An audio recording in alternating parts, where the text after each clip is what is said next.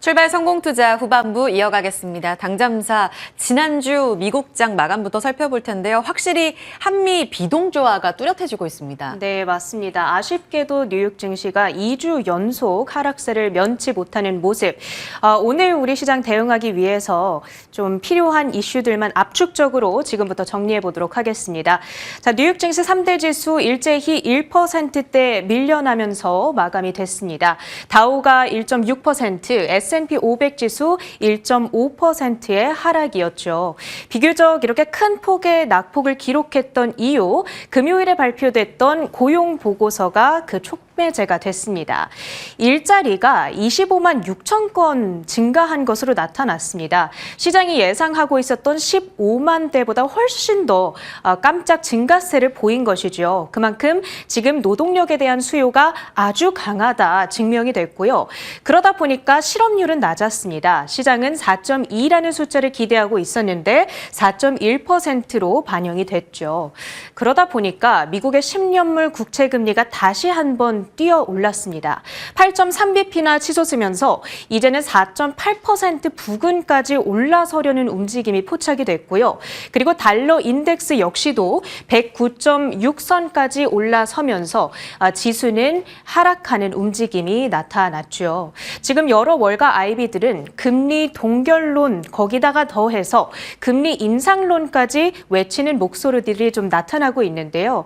골드만삭스에서는 올해 인하 전망을 기존의 3회에서 2회로 수정을 했고요. 뱅크 오브 아메리카에서는 금리 인하는 끝났다고 본다. 금리를 장기간 동결한 이후에 결국에는 인상할 가능성까지 내다보고 있는 상황입니다. 그런 가운데 종목별로 봤을 때에는 악재를 받아간 엔비디아와 애플이 이 하락세를 주도했는데요. 엔비디아의 경우에는 지난주 금요일에 전해드렸던 이슈입니다.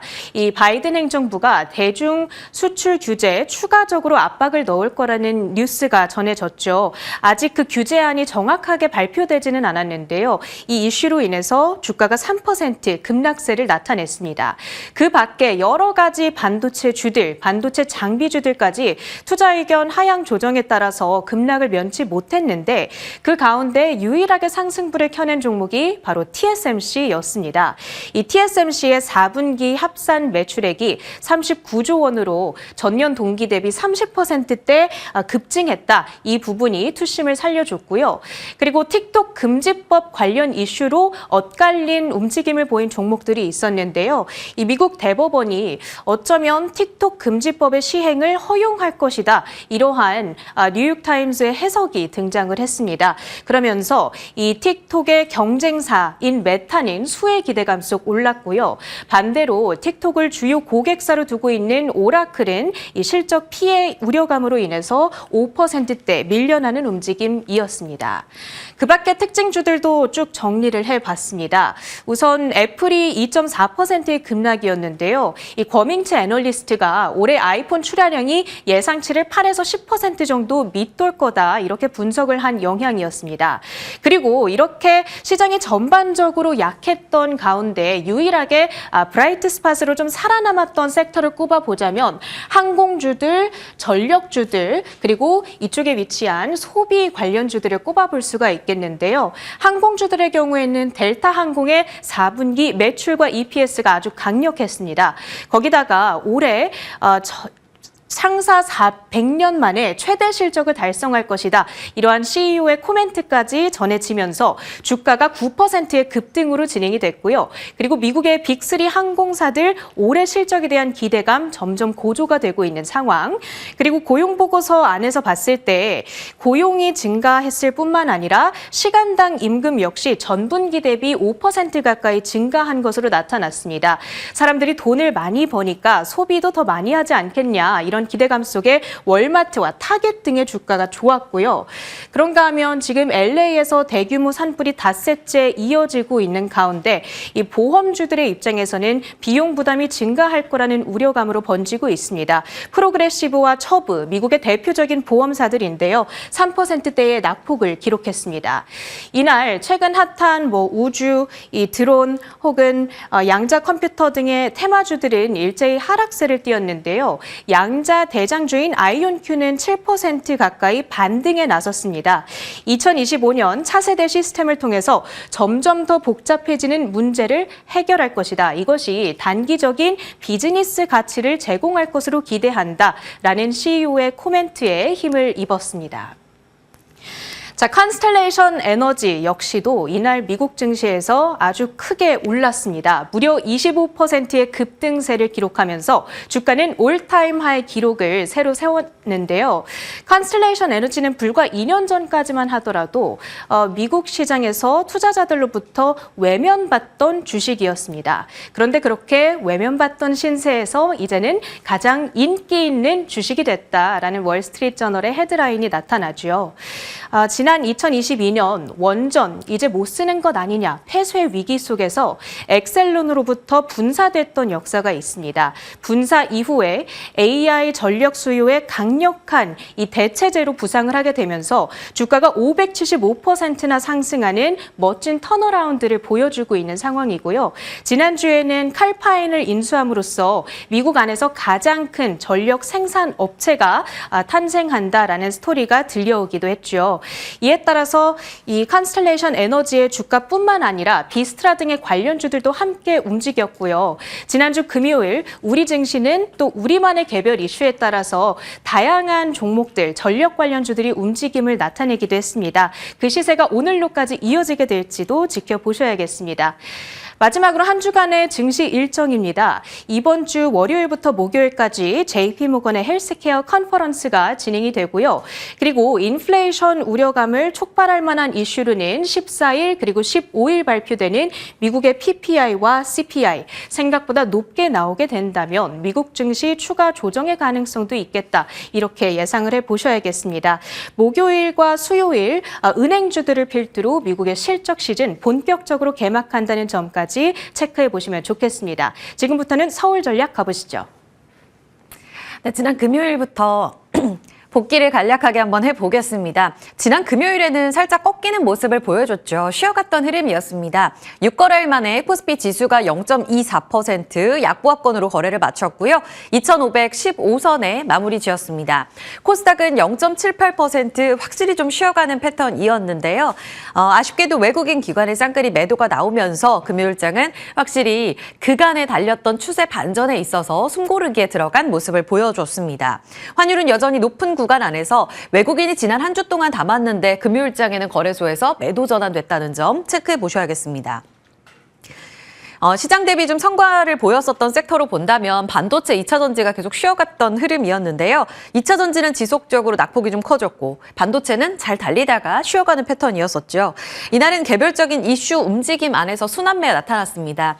한미 원전 민간 원자력 협력과 관련돼 수출을 확대하겠다라는 내용 속에 웨스팅하우스 관련한 소송 문제가 좀 해결되지 않겠느냐라는 기대감 속 원전주들이 일제히 급등하는 모습을 보였고요. 에너지단 안에서는 전력망 그리고 조선주가 좋았습니다. 조선의 경우에는 여전히 미국 쪽의 정책 모멘텀 강하게 받고 있는 구간이고요. 더불어 전력망과 관련해서는 앞서서 체리냉커가 미장에서도 반영됐던 이야기를 전해드렸는데요. 미국에서 정말 걷잡을 수 없이 커지고 있는 이 산불 피해와 관련해서 우리 시장까지도 연결고리를 갖고 있는 전력망 그리고 소방안전 관련 종목들이 상승했습니다. 이날 이슈의 주인공은 현대차 그룹이었습니다. 엔비디아 지난 한 주 동안에 다시 한번 그 입지를 다지는 움직임 속에 이번엔 현대차와의 그룹 이 전략적 파트너십을 체결했다라는 내용 속에 그 둘이 그려갈 그림은 어느 쪽인가? 아무래도 자율주행 쪽이 좀 강세 움직임을 나타냈고요. 로봇은 좋았다가 살짝 힘이 빠지는 모습을 보여주기도 했습니다. 주인공 안에 있는 현대차 그룹주들도 일제히 상승이었습니다. 지난 한 주를 잠시 복귀해 본다면 주간 단위로도 YTD로도 작년 한 해 전교 꼴찌에서 이제 1등으로 쭉쭉 반등을 도모하고 있는 우리 시장의 기세를 다시 한번 확인할 수 있었습니다. 좋은 건 한 번 더 크게 봐야겠죠. 아쉽게도 글로벌 증시 낙폭이 컸고요. 니케이 같은 경우에는 2일 날 쉬었기 때문에 지난 한 주가 새해 첫 주 등락이었습니다. 그런데 주간 모두 약세 흐름 그리고 중화권 증시도 좋지는 못했던 흐름 흐름이었습니다.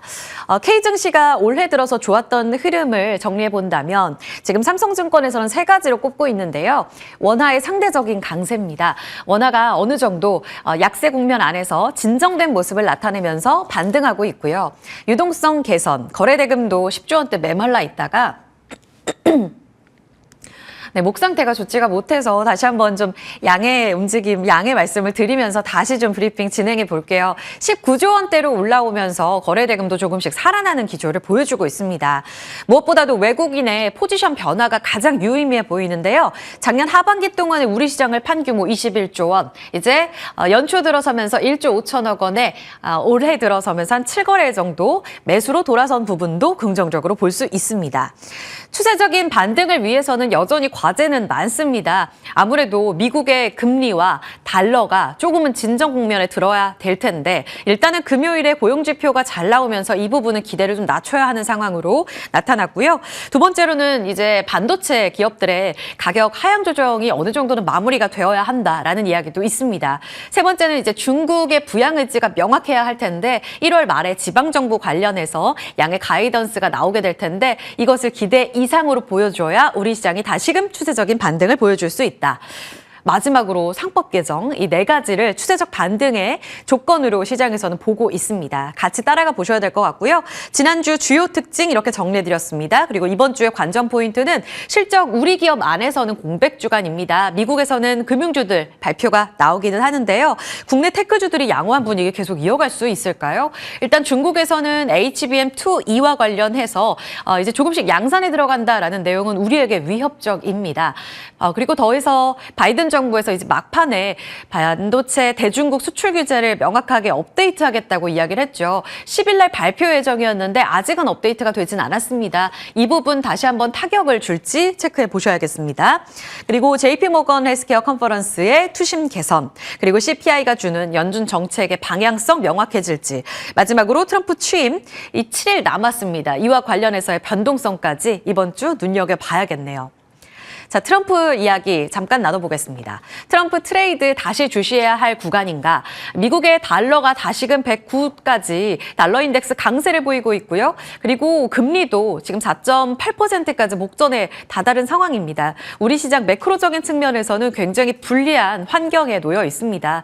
이 때문에 지난 한 주 동안 미국의 테크주들도 조정을 받았고 금요일에는 성장주가 많이 무너졌죠. 이러다 보니 지난 한 주 동안 우리 시장을 끌어왔던 로봇, 반도체 같은 성장주들이 다시 한번 흔들릴 가능성이 있기 때문에 이 영향권 안에서 어느 쪽으로 방향을 잡아야 할지 저희가 좀 도와드리겠습니다. 트레이드 관련해서는 힘을 다시 한번 받을 수 있을지, 물론 시장에서는 트럼프 트레이드가 지난 한 해, 그러니까 7월, 8월, 11월 너무 강력하게 반영이 됐기 때문에 여기서 추가적인 업사이드를 보이긴 조금 약할 수 있다. 반대로 이 이야기인 즉슨 피해주들의 낙폭도 제한적일 수 있다라고 이야기를 하고 있습니다. 반도체, 자동차, 신재생, 화학, 해운, 철강 다시 한번 관세 리스크에 타격을 받을 수 있는 섹터인데 여기서 낙폭이 좀 제한적일지 하방을 다져갈지 여부는 7일 동안의 관찰을 통해 필요할 것 같고요. 지난 하반기에 보여줬던 관세 무풍지대에서의 기회는 계속 있을 것인가도 같이 확인해 보시죠. 엔터게임, K특산품 지난 하반기 시장 변동성 클 때 확실히 단단하게 받쳐줬던 쪽입니다. 계속해서 안전지대의 기회가 될 수 있을지 따라가 보시죠. 넘어가 보겠습니다.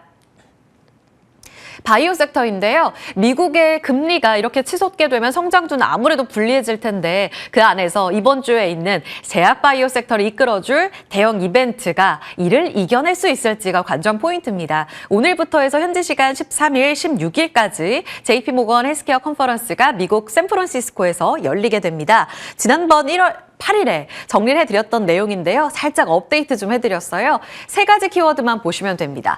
트럼프 2기 행정부 안에서 약가이나 헬스케어 정책 변화 있을지요. 그리고 ADC와 관련해서 어느 정도의 기술 진보가 있을지 만약 기대한다면 우리 기업들 안에서의 뭔가 파트너링, 이야기 교환이 나올 수 있을지도 들으셔야겠고요.